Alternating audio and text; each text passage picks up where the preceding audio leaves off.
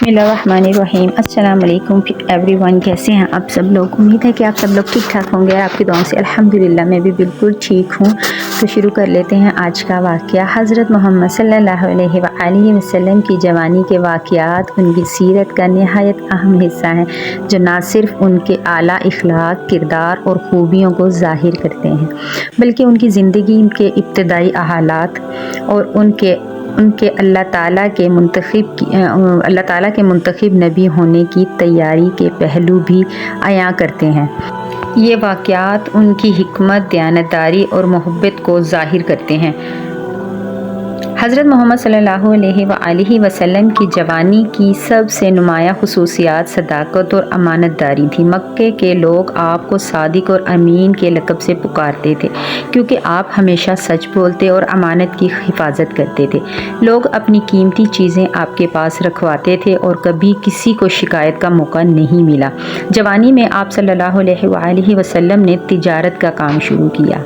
آپ کی دیانتداری اور بہترین رویے کی وجہ سے تجارت میں بڑی کامیابی ملی۔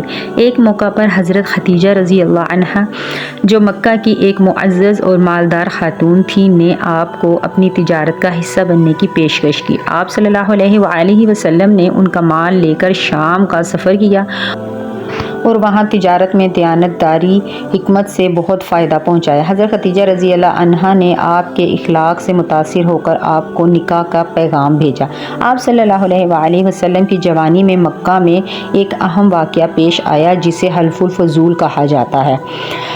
یہ ایک معاہدہ تھا جو مظلوموں کی حمایت اور انصاف کی فراہمی کے لیے کیا گیا تھا۔ آپ صلی اللہ علیہ وسلم نے اس معاہدے میں بھرپور شرکت کی اور اسے اپنی زندگی کا ایک بہترین عمل قرار دیا۔ نبوت کے بعد بھی آپ نے فرمایا کہ اگر مجھے دوبارہ اس جیسے معاہدے میں شریک ہونے کا موقع ملا تو میں ضرور شامل ہوں گا۔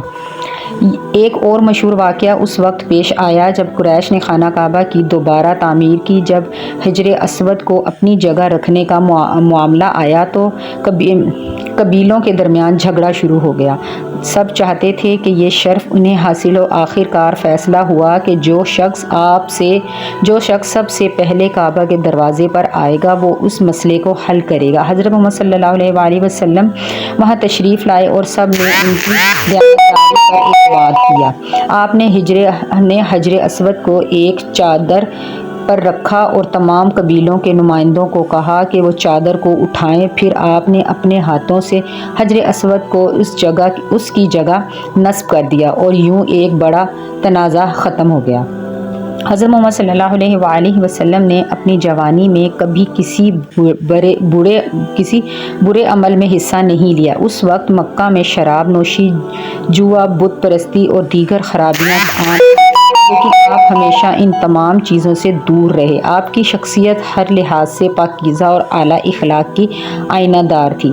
آپ صلی اللہ علیہ وآلہ وسلم کی جوانی کا ایک اہم واقعہ حضرت خدیجہ رضی اللہ عنہا سے نکاح ہے۔ حضرت خدیجہ، جو مکہ کی ایک معزز خاتون تھیں، آپ کی دیانتداری، صداقت اور اعلیٰ کردار سے اتنی متاثر ہوئیں کہ انہوں نے نکاح کا پیغام بھیجا۔ آپ صلی اللہ علیہ وآلہ وسلم نے یہ پیغام قبول کیا اور اس طرح آپ دونوں کا نکاح ہوا۔ یہ نکاح نہ صرف آپ کی زندگی کا ایک اہم موڑ تھا بلکہ اس میں محبت اور احترام کا ایک نیا باب بھی شروع ہوا۔ آپ صلی اللہ علیہ وآلہ وسلم نے اپنی جوانی میں ہمیشہ لوگوں کی خدمت کو ترجیح دی۔ آپ ہر ممکن کوشش کرتے تھے کہ دوسروں کی مدد کریں، چاہے وہ یتیم ہوں، مسکین ہوں یا کسی بھی ضرورت مند حالت میں ہوں۔ آپ نے کبھی کسی سے بدتمیزی یا سلوکی نہیں کی، بلکہ ہر ایک کے ساتھ خوش اخلاقی کا مظاہرہ کیا۔ اگرچہ یہ واقعات مکمل نبوت کے قریب کا ہے، لیکن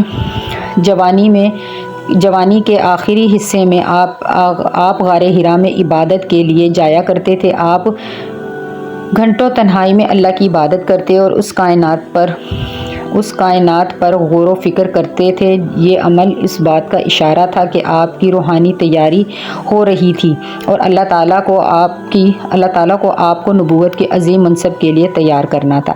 یہ تمام واقعات حضرت محمد صلی اللہ علیہ وآلہ وسلم کی جوانی کے وہ روشن پہلو ہیں جو ہمیں اخلاق دیانتداری، محبت اور انسانیت کی خدمت کا سبق دیتے ہیں۔ ان واقعات کو اگر تفصیل سے بیان کیا جائے تو یہ نہ صرف ایک طویل قصہ بن سکتے ہیں بلکہ دل کو نرم کرنے والے پیغامات بھی دیتے ہیں۔ تو یہ تھے نبی پاک کی جوانی کے چند واقعات جو میں نے آپ کو سنائے، اور آپ کا بہت بہت شکریہ مجھے اتنا سارا سپورٹ کرنے کے لیے۔ تھینک یو سو مچ۔ میرے جو نیو سبسکرائبر آئے ہیں تہہ دل سے ان کا بہت زیادہ شکریہ۔ اسی طرح مجھے سپورٹ کرتے رہیں اور میں آپ کے لیے اچھے اچھے واقعات، اچھی اچھی سٹوریز لے کر آؤں گی۔ تو پھر ملوں گی آپ سے دوبارہ کسی اور اچھے واقعے، مورل سٹوری کے ساتھ۔ تب تک کے لیے اپنی بہن کو برا کر دیجیے اجازت۔ اللہ حافظ۔